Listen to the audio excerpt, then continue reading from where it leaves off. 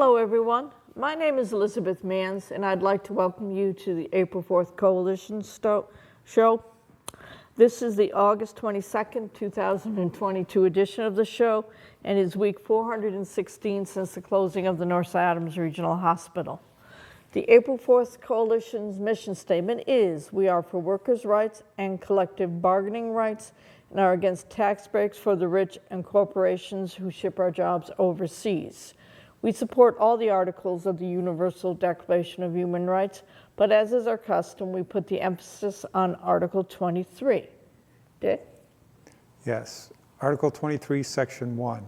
Everyone has the right to work, to free choice of employment, in just and favorable conditions of work, and protection against unemployment. Number 2, everyone, without any discrimination, has the right to equal pay for equal work.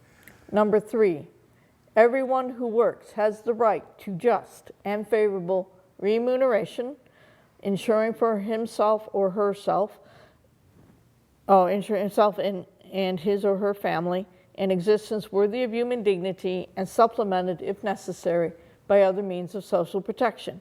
Number 4, everyone has the right to form and join trade unions for the protection of her or his interests.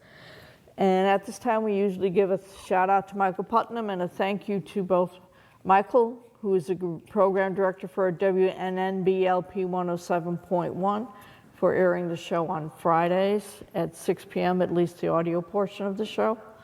And also to David Fabiano, who is our director in the studio, for giving up his Monday evenings so that we can do this show. And Dick, on Friday, we had a little excitement in North Adams. Yes. We had the labor movement that's become reactivated, showed itself right here in North Adams on Marshall Street. And I was lucky enough to go down and join with the Mass MoCA Union, UAW Local 2110 in North Adams, and get to talk to them and stand on the picket line with them. I took a little video just to let people see it. Give them a flavor? Yeah, give us a little historical documentation. So why don't we show that first, and then we'll Give do it around. Yes.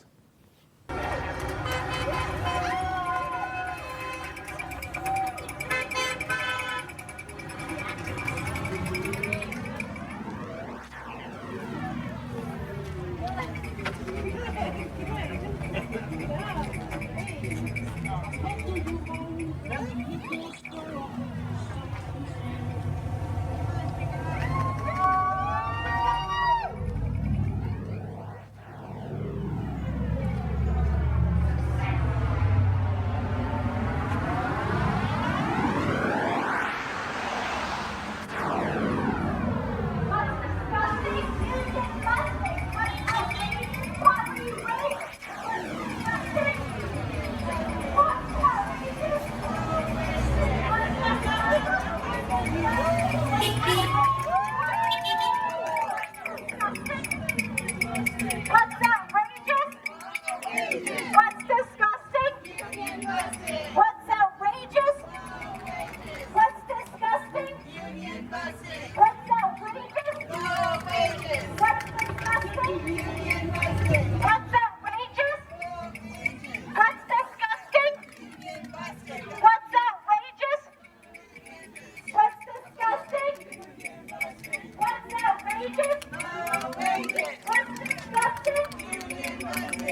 outrageous?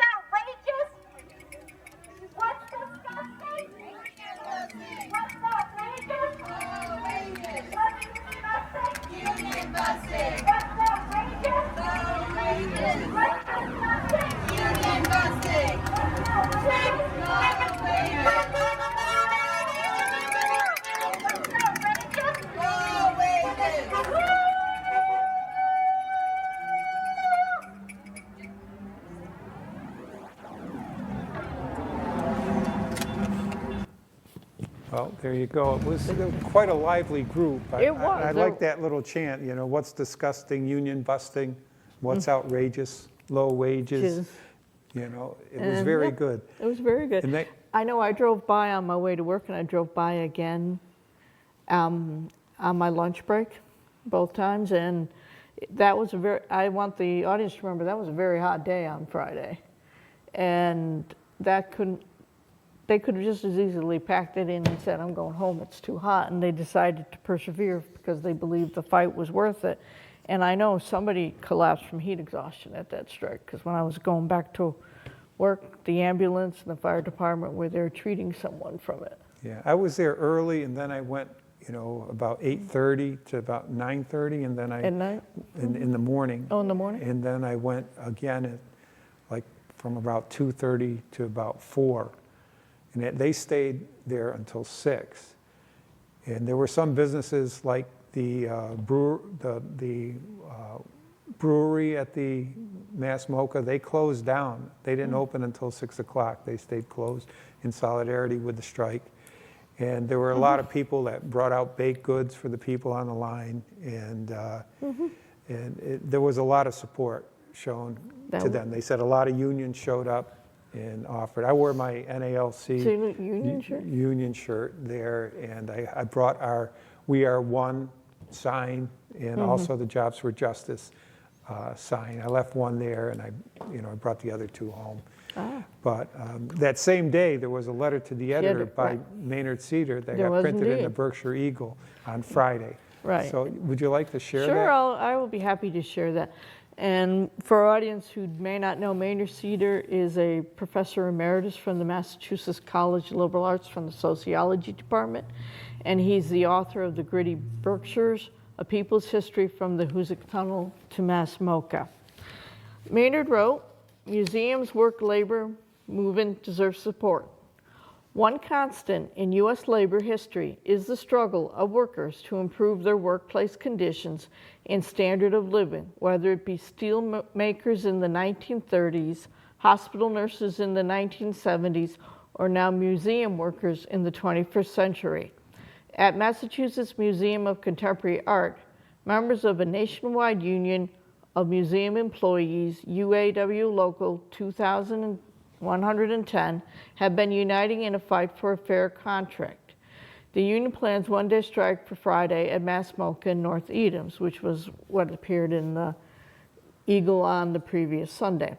The issues they bring to the table, a living wage, job security, a fair grievance and arbitration procedure, would be familiar to the tens of thousands of workers who preceded them in producing printed fabrics and capacitors in the same old brick buildings in North Adams. Like those earlier workers at Arnold Print Works and Sprague Electric, these workers at Mass Mocha who make the museum a living reality deserve the full support of Berkshire County residents. That is a constant that generations of local residents have rallied around. And as Dick reported, people did rally around to support them. And that was one of their chants when they were on the line, hey, hey, North Adams is a union town, And, Which it and is. it's true. And it calls, pardon me? We have the other footage. Okay.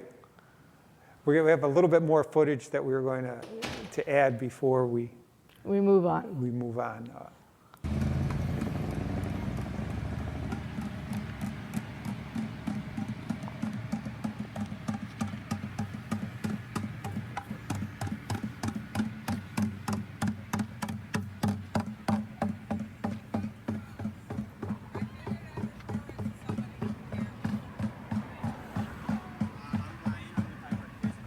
Hi, Brian. I'm Maro. Nice to meet you.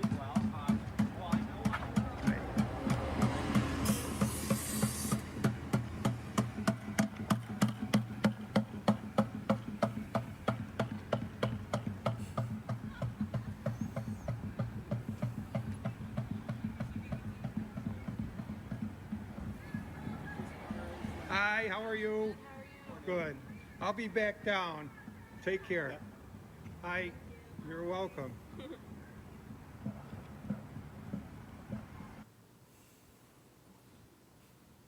That must have been as you were leaving on the Yeah, first one? yeah, in the first one, yeah. Union town, on strike, shut it down. North Adams is a union town. On strike, shut it down. North Adams is a union town. On strike, shut it down. North Adams is a union town. On strike, shut it down. On strike, shut it down. North Adams is a union town. On strike, shut it down. North Adams is a union town. On strike, shut it down. Yeah, that was in the afternoon. Bell. They were very lively, and they even had a big blow-up rat. My wife saw it, she thought it was a dragon, but it was supposed to be... Supposed to be a rat? Scab the rat, you know, talking about the scabs. Okay. But it was very, very, they were very energetic, and it was good to see. And the one thing you notice about the crowd is that this is a much younger generation. Yeah, So it's nice to know the flame isn't passing out. Right. It's not dying as much as many things like to make you think that it's still there. Right. And that they have the confidence to believe in their own worth. and I tried to explain to them what the April 4th Coalition is and what we've tried to do since 2011. And I talked about like the strike when the phone company workers were on strike, and it just so happened about a few minutes after I said that, one of the guys walked by and said, "Hi Dick, how you doing?" And I couldn't recognize him. He said, "Oh, I work right across the street from you at the phone company," and he was down in the line supporting them. And Right. you know, and you know, they're gas company workers or people that, you know, we're supporting them from all the different unions. It was a good event. They did give us some information to pass on to you. They handed out flyers, and we could put one up on the screen for you. And it sort of looks like this, but there you go. And Okay. in that, it has the logo on there, and it's Mass MoCA staff is on strike today, and it says, "We are the staff of Mass MoCA. We are educators, curators, art fabricators, and installers, production and facility staff, fundraisers, gallery and box office attendants, building and grounds workers, and more. We organized our union because we want to ensure livable wages and decent working conditions for everyone at the Mass MoCA. Today, we are on strike because after nearly a year of negotiations, the museum's offer is untenable." And then, would you like to? Sure, I'll take the next half of it. David, you can leave it up if you wish. Many of us earn barely over minimum wage. 2/3 of our union makes less than $15.50 an hour. A living wage for the area is $20 per hour for a single person with no dependents. Our compensation is already below that of comparable institutions, and the museum's lowball offer would cause us to fall even further behind. The museum wants us to agree to a 3-year contract with no guaranteed increases at all after this year. This will also include going back into bargaining with them each year. The museum refuses to guarantee our retirement benefits and wants the right to change them at will. The museum proposes to maintain workers on temporary status without union protection or benefits, and has proposed unfair restrictions on union membership and grievance procedures. We have been forced to file unfair labor practice charges against Mass MoCA because of its bad faith in bargaining. Mass MoCA has actively engaged in divisive anti-union campaigning reminiscent of tactics used by major portions, and Dick's going to do the bottom for you where they tell you how you can support Yeah. them. And here are some ways you can support us. Is to join us on the picket line today. Ask museum leadership to respect our union by posting on the Mass MoCA's social media pages at Mass MoCA, or send an email to Mass MoCA Director Christy Edmonds at kedmonds@massmoca.org. Donate to the Mass MoCA Worker Fund via Venmo and Mass MoCA Workers Fund to support low-paid staff disproportionately affected by the loss of a day's pay. Report our social media posts at Mass MoCA Union and use hashtag Mass MoCA on strike in your posts. More information can be found on the website at massmochaunion.org. For questions, emails massmocha@2010uaw.org. So, that's what they were handing out, and we hope you can support them. We will continue to support them. We'll reach out to them, try to get members to come on our show. Sure. We extended an invitation, but it was very short notice. We're hoping sometime soon we will have them here. And It's sad that what goes around, that the more we do it, history keeps repeating itself on these things. members of our April 4th Coalition, Michael Wilbur, he was fired by Mass Mocha MoCA for doing this. because he filed unfair labor practices with them, and he also reported them to OSHA For their safety for violation. safety violations. So we've had a history with them for a while. Yes. But we sort of want to shift gears right now, if we can. We have a video that, I try to listen to the Ralph Nader Radio Hour on the weekend, and also the Al Franken podcast. And in the Al Franken podcast, he had a guest that was Dee Taylor, who was president of a union, and I went to their website and brought up two videos, one talking about the history of the union during the pandemic, and then another one what they're planning to do in this upcoming election. So hopefully these videos we'll be able to see.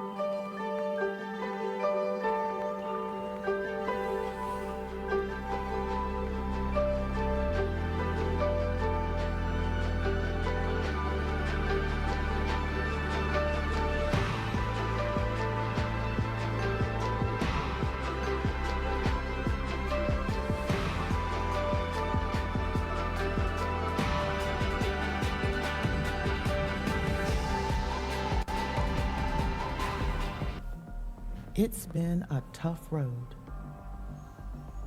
Layoffs, hardship, terrible loss. We rolled up our sleeves to take care of one another, to take back 2020. Through it all, we have been determined not just to survive, but to achieve something bigger than any one of us can do alone. That's what being part of our union is all about. Now tourism is coming back, so are company profits. But not all the jobs are coming back. There's no comeback in hospitality without us.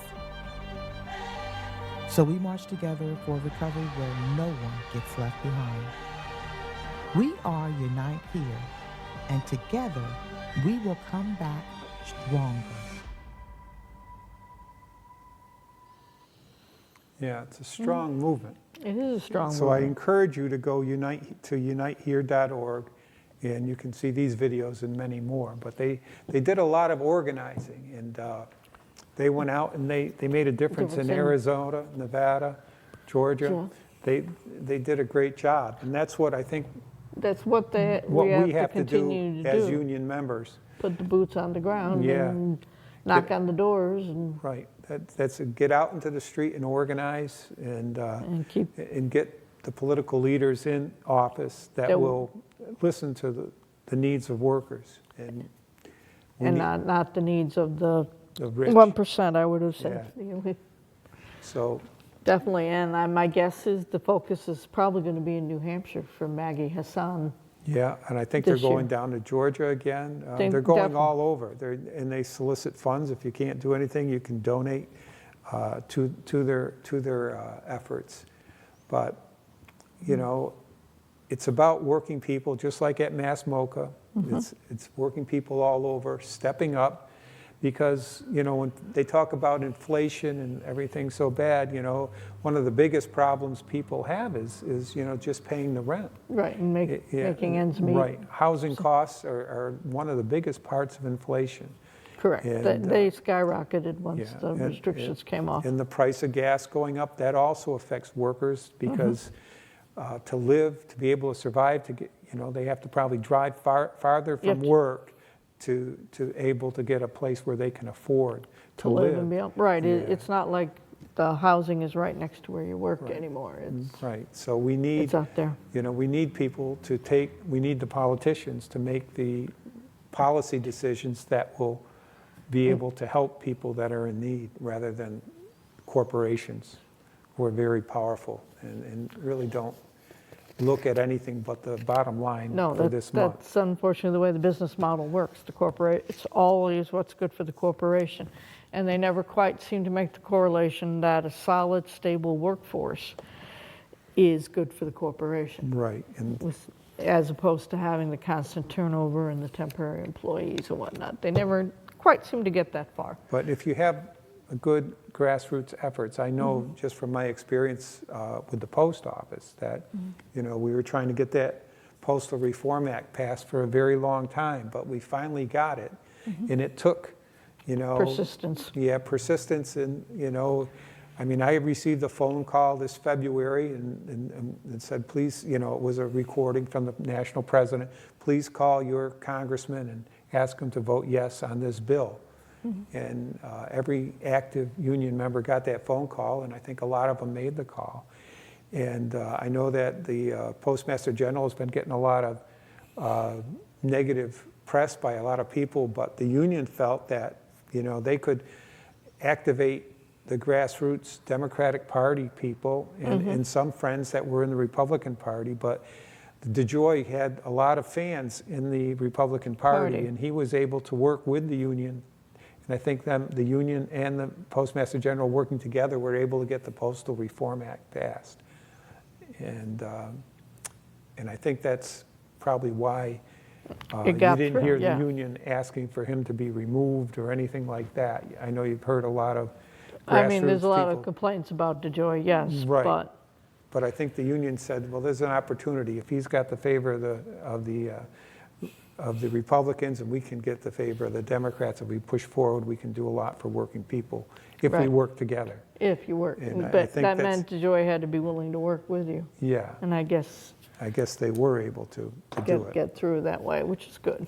Yeah, and so, So when you join a union, understand it's a slow process, Right. but eventually it comes through if you Right. persist. For years, So we yeah. want to encourage the Mass MoCA workers to persist because it must be Yeah. discouraging at this point. right, Must I feel mean, like it's so far away when it could be just one day away.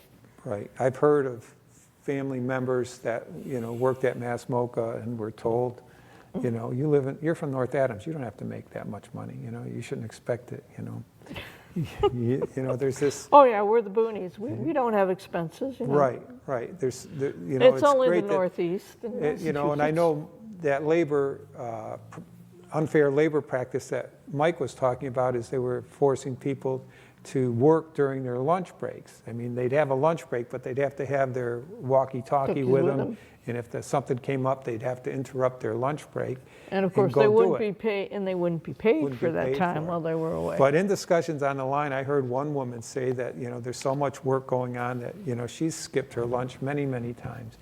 You know, so the people aren't afraid to work and they're dedicated to their job, but they should be rewarded for it. And they shouldn't be forced to skip their lunch No. or their breaks. They you know. should be able to get, you know, if they have to work, they should be able to take it later in the day or something to Right. get it accomplished, or at least get compensated pay for that 30 minutes. Right. Because I know that's what happens at MCLA. If an employee can't get a lunch, has to work through the lunch, they get compensated. Right, it's a violation of the law, though. I mean, it's an unfair labor practice, and at the post office, there's, you know, they have had that problem, and it's a violation of federal law, so you have to take your lunch. But, you know, some people do skip it, but they don't get paid for it. Right. You know, and that's what And happens. there's always the belief that if the management sees you doing that, they'll thank you and appreciate you for taking that supposed to time, correct for you that, and tell showing you that not kind to. of loyalty. And But it's it's a rare management that does, or even notices that you've done that for them. right. But these people are working hard, and they're standing up, and I really have to commend them for what they're doing. And just like the Unite Here workers, you know. Or the Sprague Electric, or the Arnold Print workers Yeah. before. I was a them did. member of the United Textile Workers of America when I worked at the Arnold Print Works. I was a member of that union. Yeah, it's. You know, my grandmother worked at Sprague. She used to solder capacitors. I don't think it was a very healthy job, but she did it. She did it to bring yeah. home. Yeah, well, she was a widow, and She had to bring the money home. yeah, she had to She had to support keep the herself, family yeah. together. Yep. But, you know, that's where we were this week. I really appreciated the fact that they were out there, and they got the support of a lot of people that were just, you know, using it as a part-time job, but they had been in unions before, and they, you know, so this was a little extra money, but they were out there supporting the younger people that this is their way- their livelihood. livelihood, Yeah. yeah. So it brought together people. I mean, they even offered at the St. Elizabeth of Hungary Church, they let them use their bathrooms for people on the picket line so they could go in there. Yep. So it was a lot of community support. Yep. And we And- thank North Adams for showing that support. Yeah, so So We wanna we be- have about 19 seconds, so we're just going to encourage everybody to remember there's a primary coming up in 2 weeks. And remember, if you haven't voted already, do go out and vote so that your voice is heard. And get the boots on the streets, Yeah. and power to the people in yeah, honor of Mike. solidarity forever, yes. Thank you.